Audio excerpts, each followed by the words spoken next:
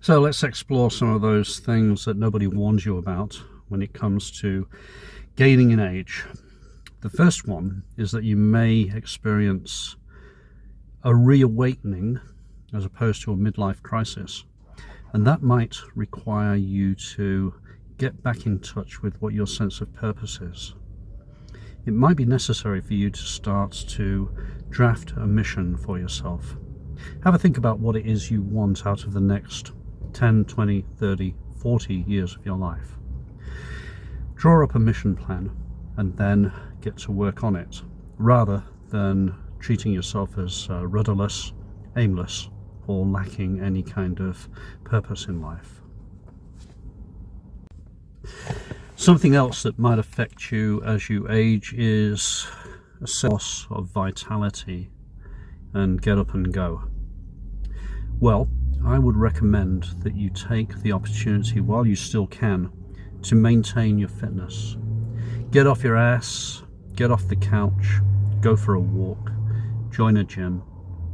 Do something which is going to encourage you to be more active, to stretch yourself, and to give your heart a break. Because the alternative is that you're going to go into a slow decline as you become more sedentary and you become more lazy and less motivated. So don't wait. There aren't so many shopping days to Christmas anymore. Get yourself off your ass, get off the couch, and do something physical to give yourself a fighting chance as you go into an older age. Another unspoken malaise of aging or getting older is the sense of emotional isolation that you may experience. Now, the emotional isolation may be the result of divorce, loss. It may be the result of deaths in the family. It may be that the kids have grown and no longer want to hang out with you. It may also be because you realize things about life and you feel that the clock is ticking on you, and that you feel isolated and alone because of that lack of purpose, or because of the amount of experience you've accumulated and the amount of critical reflection you have achieved. Well, I would suggest that if you feel emotionally isolated, make efforts to reach out to people. Reach out to those who can supply you with brotherhood, or fraternity, or friendship, or comfort. There is also an element of aging which brings financial insecurity and financial pressure. For many people who made the right moves, they may be paying off their mortgage, or they may be settling down into a comfortable third stage of life. But for the vast majority of people, that isn't the case.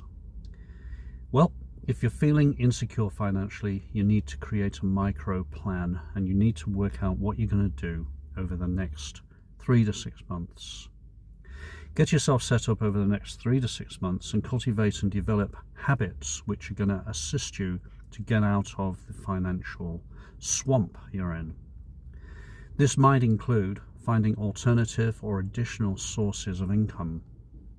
Don't despair. Having to work in more jobs isn't always a bad thing. It means you're going to create a ready-made support system and group of friends around you, which are going to be very valuable as you go forward. The fifth unspoken consequence of aging is the sense of irrelevance that might overtake you at some stage.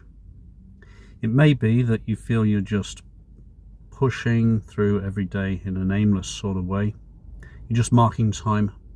It may be that you feel that your skills and experience and your critical awareness aren't really of any use to anybody.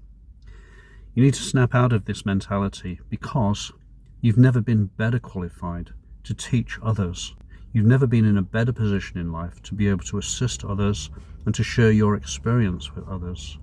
So rather than focusing on the process of aging as that of losing relevance, consider how your age and your stage are actually providing you with the raw material to help others in very, very meaningful ways. Aging should be a process whereby you look both ways and you choose the direction that you're going to take. And the decisions you're making now are going to set you up very positively for the future.